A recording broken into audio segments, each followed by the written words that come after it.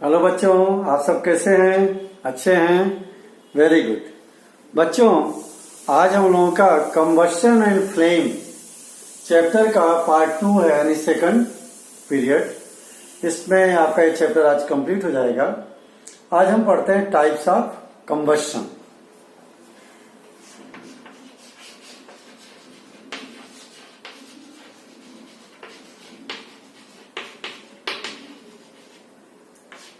Types of combustion. 3 types के combustion हैं। मैं तीनों की हेडिंग लिख करके पहले आपको मन में क्लियर कर दूं, फिर इनके बारे में डिफाइन लिखेंगे। पहला है रैपिड कंबशन,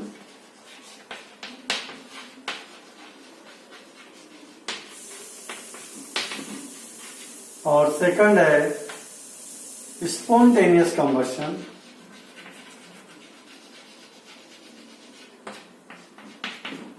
थर्ड है explosion.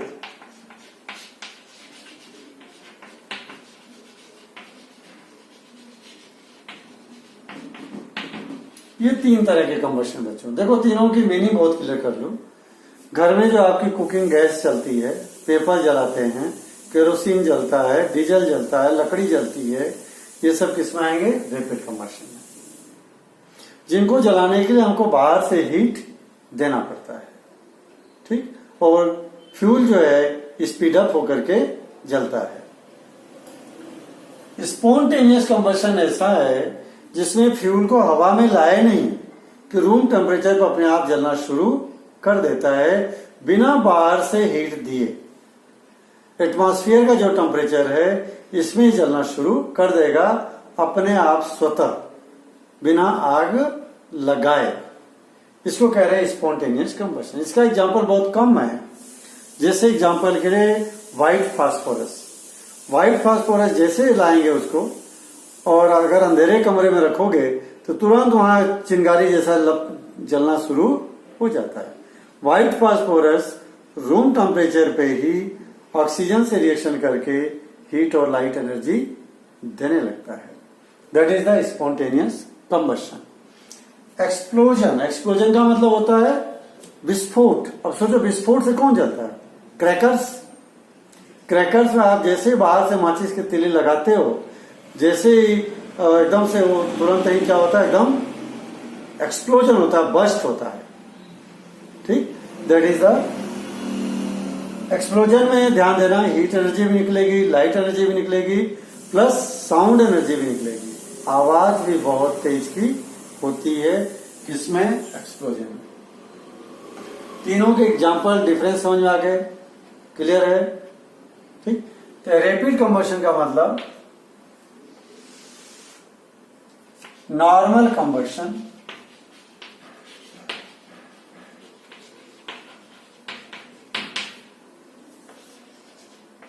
of a fuel in which energy is supplied from outside to start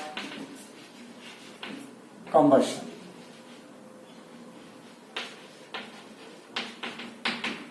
देखें, नॉर्मल कंबशन जो हमेशा नॉर्मली चलता है, of combustion of a fuel, किसी फ्यूल का, इन which energy is supplied from outside to start combustion.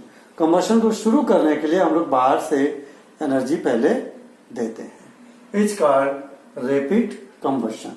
Example में बच्चों इस पे लिख लेंगे।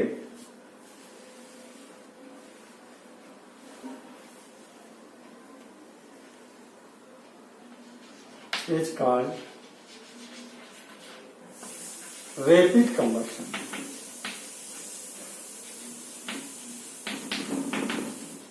एग्जाम्पल में बर्निंग ऑफ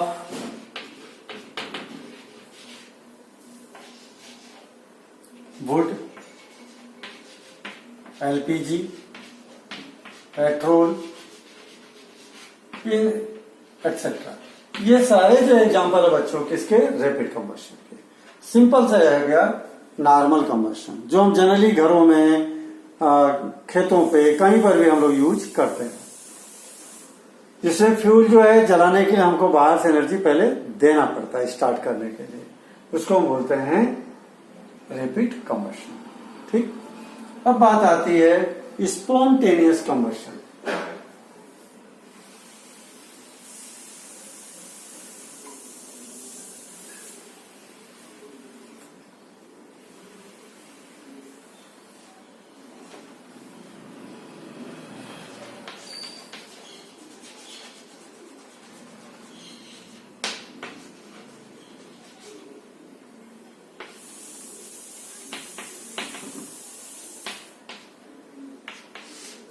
स्पॉन्टेनियस का मतलब स्वतः। कंबशन विच आकर self at room temperature without supplying energy from outside is called spontaneous combustion.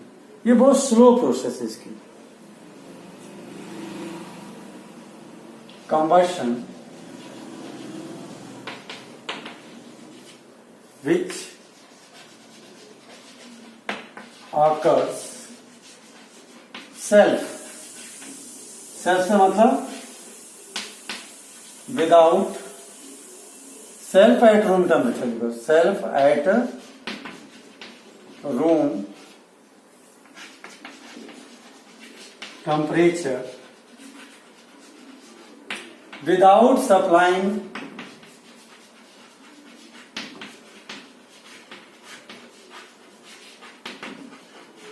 energy from outside,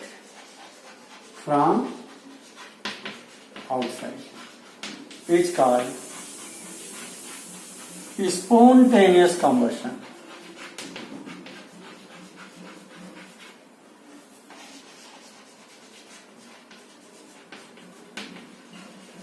मतलब कंबशन विच आकर सेल्फ, जो स्वयं हो जाता अपने आप, at room temperature, room temperature के अंदर जो हमारे कमरे का एटमॉस्फेयर का टेम्परेचर है वो, without supplying energy from outside, बिना बाहर से आग लगाए, खोला नहीं फ्यूल को आपने, अपने आप जलना शुरू हो जाएगा।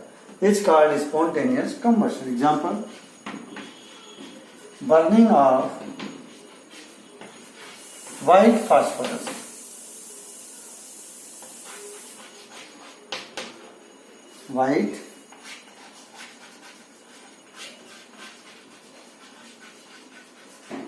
व्हाइट फास्फोरस जो है अपने आप आग पकड़ लेता है, और ज्यादा उजाले में देखोगे तो नजर नहीं आता है जलता हुआ, लेकिन अगर आप डार्क रूम में रखोगे तो जलता हुआ नजर आएगा।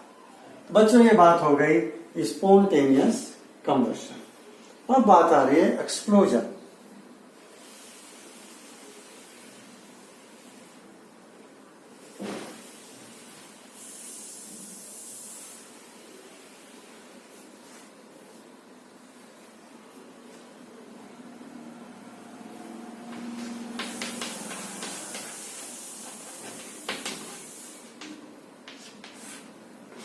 Combustion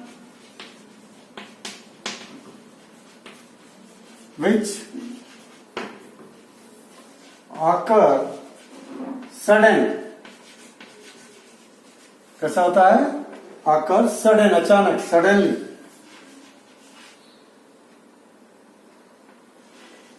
on supplying energy from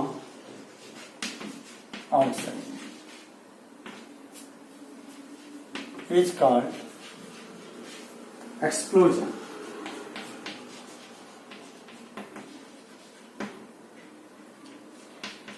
In explosion, heat, light and sound energy are produced। ये प्रोड्यूस्ड होते हैं तीनों चीजें, हीट एनर्जी, लाइट एनर्जी और साउंड एनर्जी भी। स्पॉन्टेनियस में साउंड एनर्जी प्रोड्यूस नहीं होती है। जल रहा फास्फोरस पता नहीं चलेगा। गैस में चूल्हा जल रहा है, चूल्हे पे जो है गैस जल रही है, हमको मालूम पड़ता नहीं है, आवाज प्रोड्यूस नहीं करते। जबकि एक्सप्लोजन में क्या होता है, बर्स्ट साउंड प्रोड्यूस होती है। कैसी? Burst. Example, bursting of cracker. Crackers पटाखों का फटना, ठीक है, बम का फटना, ये सारे क्या हैं? एक्सप्लोजन। क्लियर हो गया बच्चों? ये टाइप्स ऑफ कंबशन में हम लोगों ने 3 तरह के पढ़ लिया। अब बात करते हैं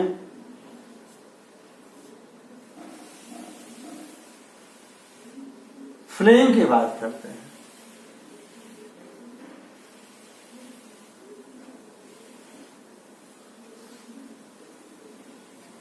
फ्लेम जैसे ही, जिसको हिंदी में लव बोलते हैं, लव आप समझ रहे हो। कल अपन ने देखा था दीपक जला करके उसमें फ्लेम बन रही थी, बाती बन रही थी। आज अपने घर पे सभी लोग दीपक जला करके ध्यान से फ्लेम के बारे में देखेंगे। फ्लेम क्या है, फ्लेम की डिफाइन क्या लिखेंगे, वो भी लिखते हैं, उसका डायग्राम भी बनाते हैं, उसके बारे में सारी बातें करते हैं। पहले डायग्राम बना के समझते हैं। फ्लेम में बच्चों अगर देखो आप, तो ये आपका अगर ये कैंडल है, कैंडल में से बीच में से जो बाती निकलती है इस तरह से, और ये पिघल पिघल करके कैंडल इधर भी आती है। यहां से बच्चों इसके 3 जोन बनते हैं, 1 2, ये 3 जोन। अगर आप ध्यान से देखोगे तो यहां पे जो है ये वाला जो जोन है सबसे सेंटर में, ये ब्लैक कलर का नजर आएगा। कैसा? ब्लैक। ये इनर मोस्ट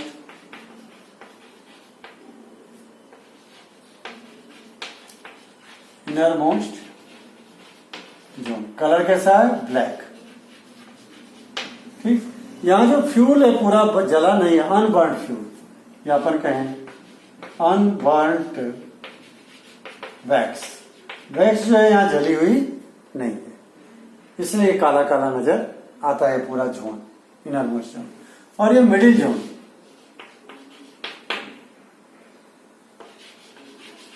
मिडल जोन, यहां पार्शियल कंबशन है। ये किस कलर का है? येलो कलर का, पीले रंग का नजर आएगा। और ये पार्शियल, पार्शियल माने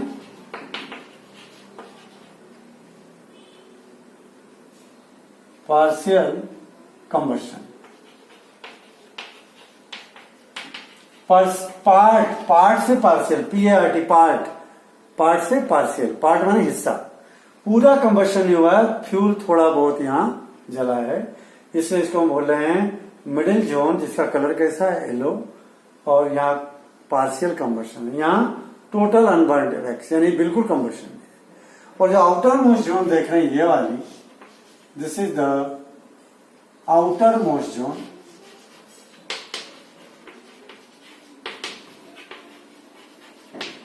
ठीक, इसका कलर कैसा है? ब्लू। और यहां पे जो है बच्चों ये कंप्लीट कंबशन,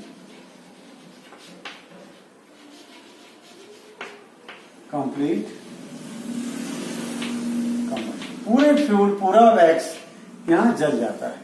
तो देखो जिस एरिया में कंप्लीट कंबशन हो गया, फ्यूल टोटल जल गया, उसका कलर कैसा? ब्लू। तो आप सोच सकते हो, दिमाग लगा सकते हो कि तीनों में से सबसे ज्यादा टेम्परेचर कहां होगा? यहां तो पूरा ही जला ही नहीं है, बिल्कुल सबसे लो टेम्परेचर।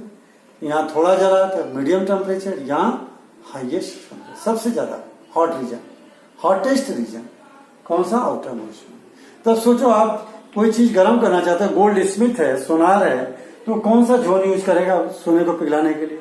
जिसका टेम्परेचर ज्यादा हो, तो आउटर मोस्ट। कोई एग्जाम में क्वेश्चन आया हुआ है, विच zone of the flame gold Smith use? कौन सा लिखोगे? Outer most zone. Y? Because it has highest temperature. तो टेम्परेचर इसका क्या है? हॉटेस्ट कैलोरी, हॉटेस्ट जोन है। और ये क्या है? Moderate hot.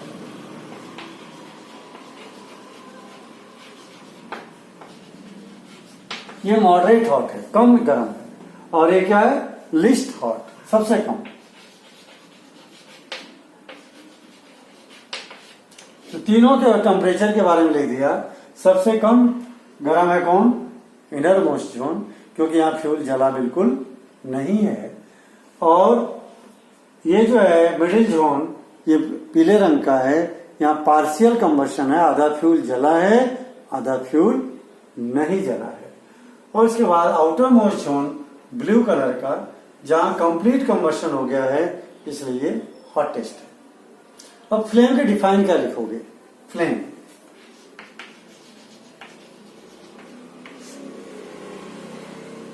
जोन, जोन मतलब area in which fuel burn, ऐसा एरिया जिसमें फ्लेम क्या, फ्लू क्या होता है? बर्न होता है। And produce heat and light energy is called flame. इसी को हम क्या कहेंगे? फ्लेम। यानी zone in which fuel Burns and produce heat and light energy is called flame. तो ये फ्लेम के बारे में इतना नॉलेज आपको जरूरी है। एक तो डायग्राम जरूर याद करना, मोस्ट आईएमपी डायग्राम है, बार बार एग्जाम में आया हुआ है। और सभी जोन के बारे में पूरा नॉलेज रखना, कलर, टेम्परेचर, तीनों, दोनों चीजें। ठीक है। अब इसके बाद में आ रही बात कैलोरीफिक वैल्यू।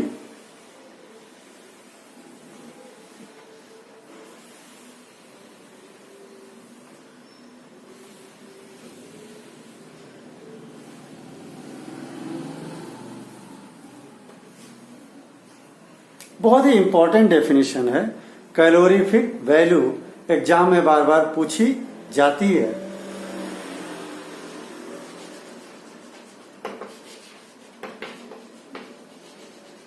शार्ट में इसको सीवी कहते हैं।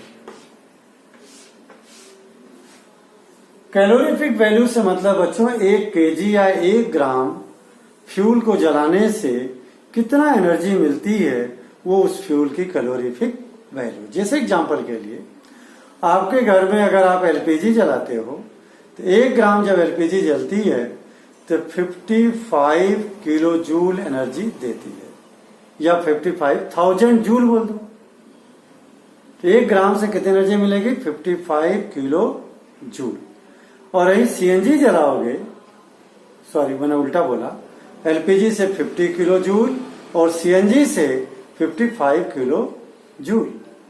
तो ये इनकी कैलोरीफिक वैल्यू हो गई, यानी amount of energy given by complete combustion of 1 ग्राम और 1 KG fuel is called its calorific value. Simple define, amount of energy given by complete combustion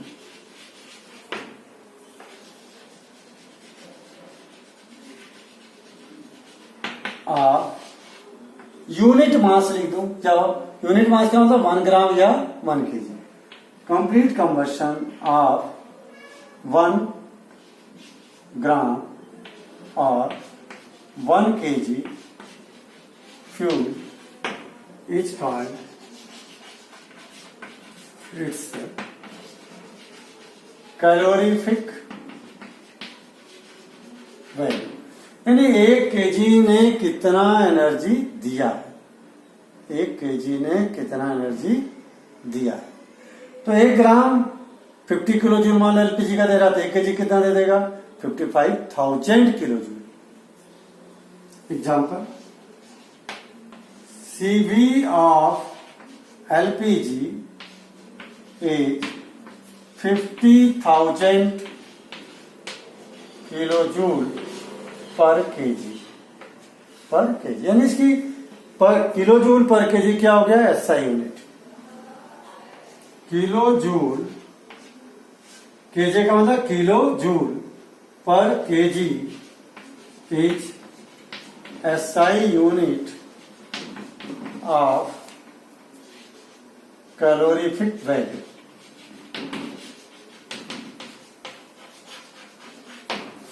kilojoule पर KG is SI unit of calorific value. ठीक है बच्चों?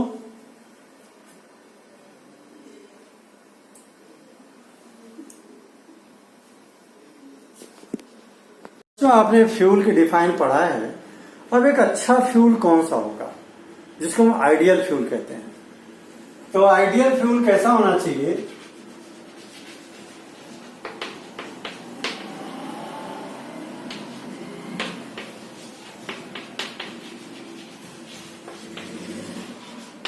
Characteristics of ideal fuel. Ideal fuel ऐसा हो जो pollution कम करे या ना करे, जिसकी कैलोरीफिक वैल्यू ज्यादा हो। जैसे एनिमल डंग जलाओगे, उपले जलाओगे तो मुश्किल से 12 किलो जूल पर ग्राम या 10 किलो जूल पर ग्राम एनर्जी देता है, तो अच्छा आइडियल फ्यूल नहीं है और पोल्यूशन भी करता है।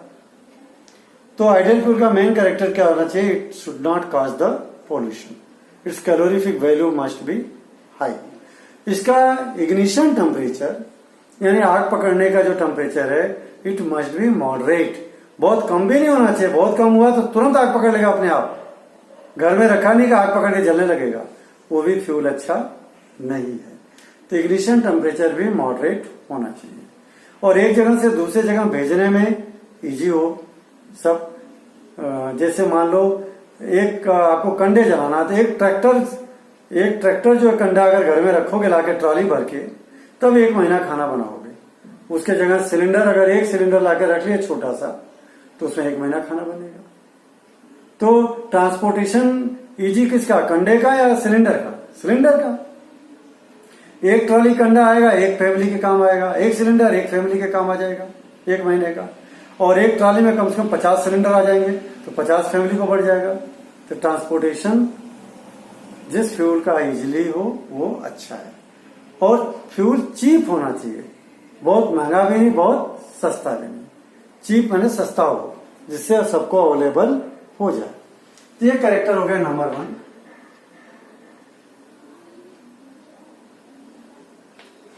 It should not cause pollution. Number 2, it should have high calorific value. उसकी कैलोरीफिक वैल्यू जो है ज्यादा होना चाहिए, पर ग्राम ज्यादा energy they. Third,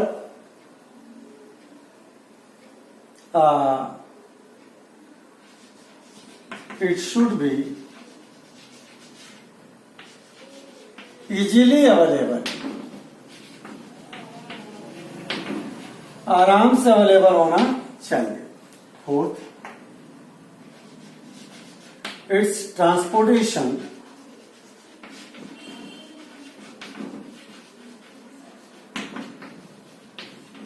must be easy, easy transportation होना चाहिए।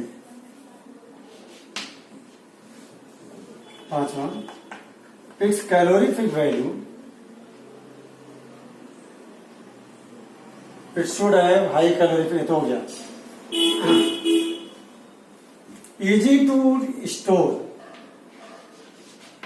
It should be easy to store. बच्चों, जो सबसे आइडियल फ्यूल हमारे यहाँ सीएनजी और एलपीजी को मान रहे हैं हम लोग। दोनों ही पोल्यूशन कम करते हैं, नहीं के बराबर, ट्रांसपोर्ट करने में इजी है, स्टोर करने में इजी है, इजीली अब आजकल अवेलेबल हो रहे हैं। तो एक क्वेश्चन भी बहुत आईएमपी है, आपको करना है। लास्ट क्वेश्चन बच्चों बचता हम लोगों का, ये है global warming and acid rain.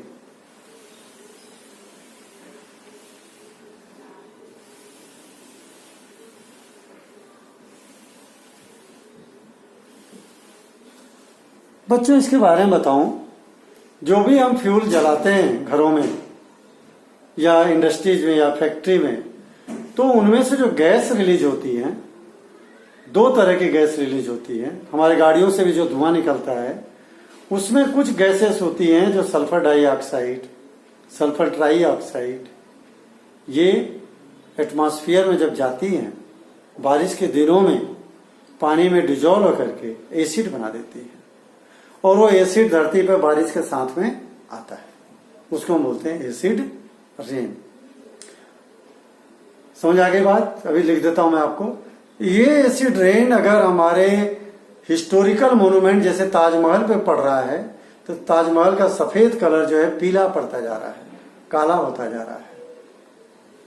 फसलों पे अगर एसिड रेन गिरता है उनके टिश्यू को बर्न कर देता है। हमारी स्किन पे गिरता है तो हमारी स्किन को जला देता है, छाले बना देता है। ऐसे ही अगर लोहे के ब्रिज हैं उनको भी डैमेज कर देता है। तो एसिड रेन क्या है, उसका हार्मफुल इफेक्ट क्या है वो लिख लो पहले।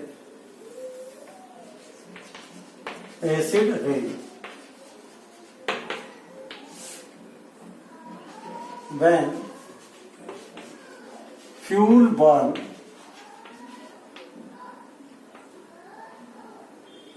it releases acidic gases like SO2। SO2 का मतलब sulphur, S for sulphur, sulphur dioxide. Di क्यों लगाया? डाई का मतलब टू, ऑक्साइड मतलब ऑक्सीजन, ऑक्सीजन के दो एटम, और ये sulphur, sulphur dioxide, sulphur try oxide,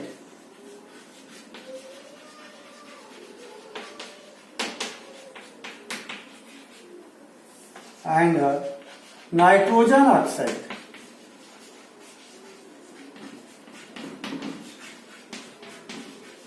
ये जो गैस है ये रिलीज होती है एटमॉस्फेयर में। कौन रिलीज करता है? जब भी फ्यूल बर्न होते हैं। ठीक, अब ये गैसेस एटमॉस्फेयर में पड़ी हैं, बारिश के दिन में बारिश में डिजोल्व हो जाएंगे and form the acid. These gases when fuel burn it releases acidic gases like so and so. These gases are present in atmosphere, and in rainy season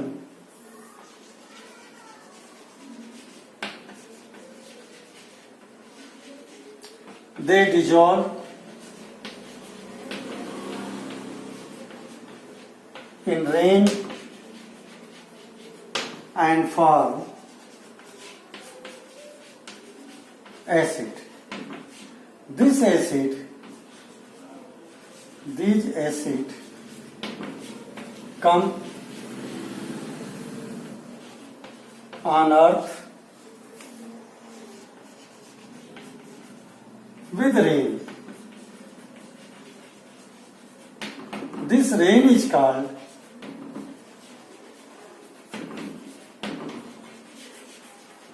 acid rain. इसी रेन को क्या कहेंगे हम? Acid rain. बच्चों जरा इसको समझ लो। When fuel burn it releases acidic gases like sulfur dioxide, sulfur trioxide, try मतलब 3, ऑक्सीजन के 3 atom, and nitrogen oxide NO2. These gases are present in atmosphere and in rainy season they dissolve in rain and form acid. These acid comes on the earth, come down on the earth. देखो come down on earth with rain. This rain is called acid rain. इसी rain को हम क्या कहेंगे बच्चों? Acid rain कहेंगे। ठीक है, अब एसिड रेन के हार्मफुल इफेक्ट लिख लो।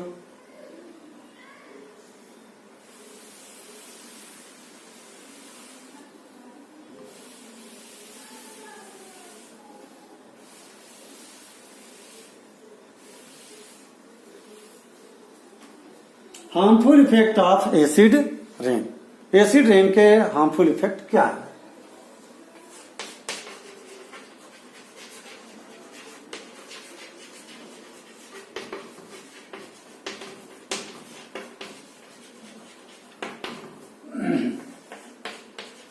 It damage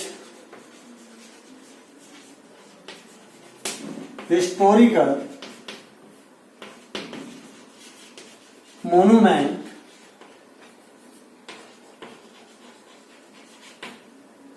like Taj Mahal. Number 2, it damages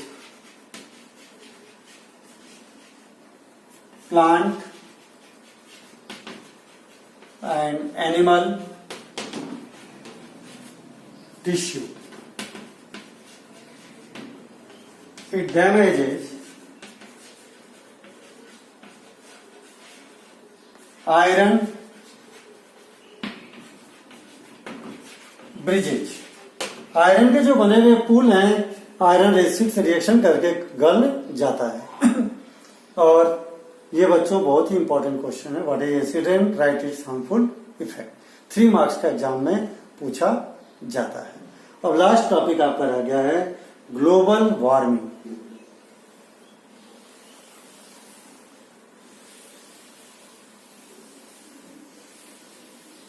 कौन सा? Global warming.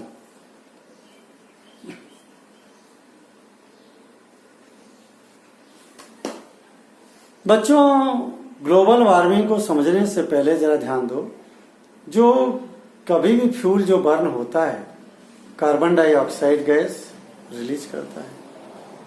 ठीक है, कार्बन डाइऑक्साइड गैस का नेचर है हीट को एब्जॉर्ब करना, हीट को एब्जॉर्ब करना। अगर हमारे एटमॉस्फेयर में CO2 की मात्रा बढ़ रही है तो हमारे एटमॉस्फेयर का टेम्परेचर बढ़ रहा है। ठीक, क्यों?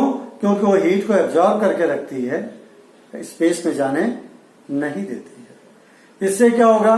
टेम्परेचर हमारे एटमॉस्फेयर का बढ़ता है, जिसको हम ग्रीन हाउस इफेक्ट के नाम से भी जानते हैं। और जब ग्रीन हाउस इफेक्ट का टेम्परेचर ज्यादा बढ़ेगा तो पूरा ग्लोबल, पूरा विश्व जो है गर्म होगा। जब पूरा विश्व गर्म होगा तो क्या होगा? हमारे जो पोल पे आइस है, नॉर्थ पोल, साउथ पोल एकदम ठंडा है, वो पिघलेंगी और पिघल करके धरती पर आएंगी और सब तरफ बाढ़ बाढ़ कर देंगी, नदियों बाढ़ आ जाएगी और बहुत सारे एनिमल्स और प्लांट सब डूब करके मर जाएंगे। ग्लोबल वार्मिंग का मतलब है increasing temperature of our atmosphere beyond it's limit is called global warming. Global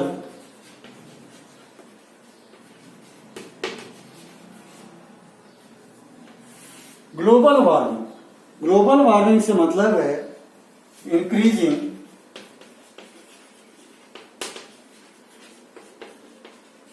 temperature of atmosphere beyond its limit is called global warming.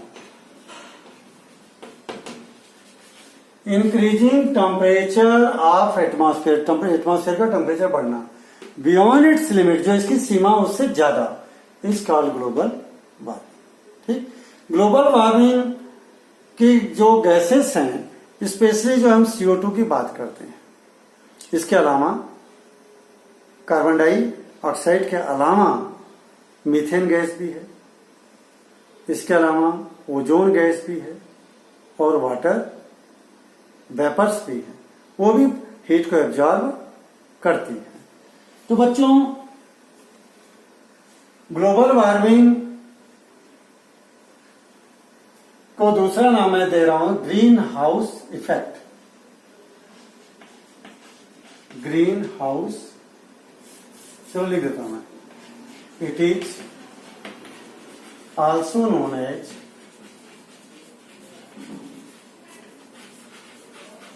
Green house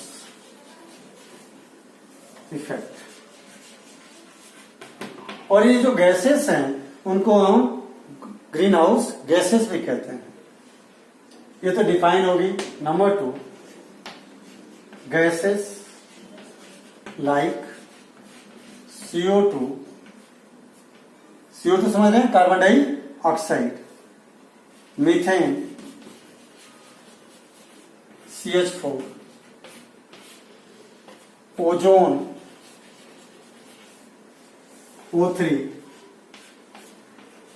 and water vapor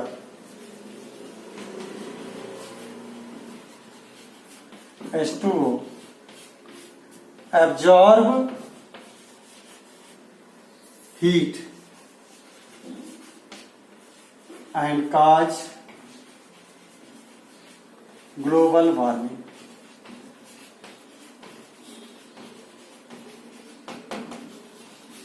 बच्चों ध्यान से देखो, gases like CO2, methane, ozone and water vapour absorb heat and cause global warming. इन्हीं से global warming होती है।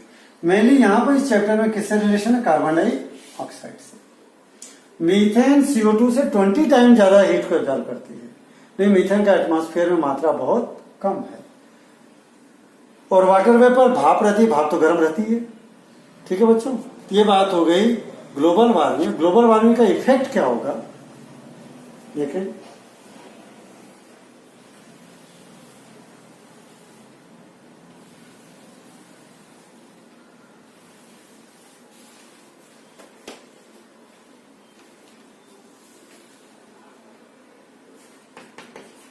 Effect of global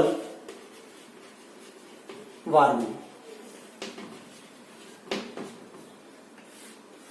due to global warming,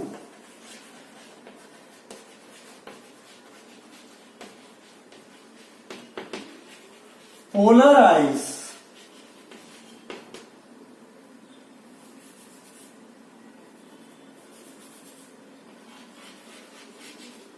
due to global warming, polar ice will melt and can cause flood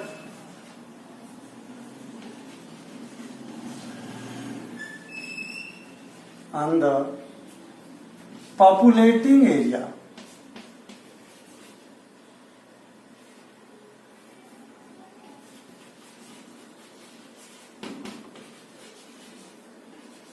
So, property and living being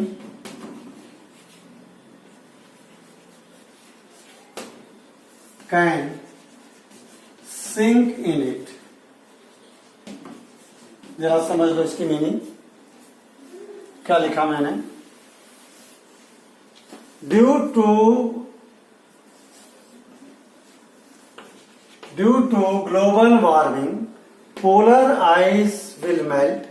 polar ice जो पोल पे जो बर्फ है, गर्मी बढ़ेगी एटमॉस्फेयर की तो पिघलेगी और कैन काज फ्लड, बाढ़, फ्लड मतलब बाढ़ आ सकती है ऑन द पॉपुलेटिंग एरिया, जहां लोग रहते हैं, हमारा एरिया जो है भारत देश। So property and living being can sink in it. लोगों की संपत्ति और लोग उस बाढ़ में डूब सकते हैं। इसलिए ग्लोबल वार्मिंग ना हो इसके लिए जरूरी है हम लोग फ्यूल का यूज बहुत कम करें, लिमिट अमाउंट में करें, जितना करें आइडियल फ्यूल का यूज करें ताकि ग्लोबल वार्मिंग ना हो। बच्चों, ग्लोबल वार्मिंग अगर होती है तो आने वाले समय में बहुत खतरा है। आपने जोहान्सबर्ग कंट्री का नाम सुना होगा। जोहान्सबर्ग समुद्र के बीच में एक टापू था, वहां बसा हुआ है। अब समुद्र का लेवल भी पानी बढ़ रहा है, समुद्र का लेवल भी बढ़ रहा है। अब वो जोहान्सबर्ग के अंदर पानी आने लग गया है। अब वहां के लोग जो है वो जगह छोड़ करके दूसरे देशों में भाग करके जा रहे हैं। ये क्यों हो रहा है? क्योंकि ग्लोबल वार्मिंग की वजह से ओशन का लेवल बढ़ रहा है। ऐसे ही अगर ज्यादा होगा ग्लोबल वार्मिंग तो हमारे यहाँ नदियों में सब तरफ बाढ़ ज्यादा आएगी और लोग डूब सकते हैं। समुद्र के किनारे के जो प्रदेश हैं, केरल है, गुजरात है, यहाँ के लोग डूब सकते हैं। तो बच्चों, ये टॉपिक हमारा ये चैप्टर यहाँ खत्म होता है। ओके बच्चों, हैव ए गुड डे।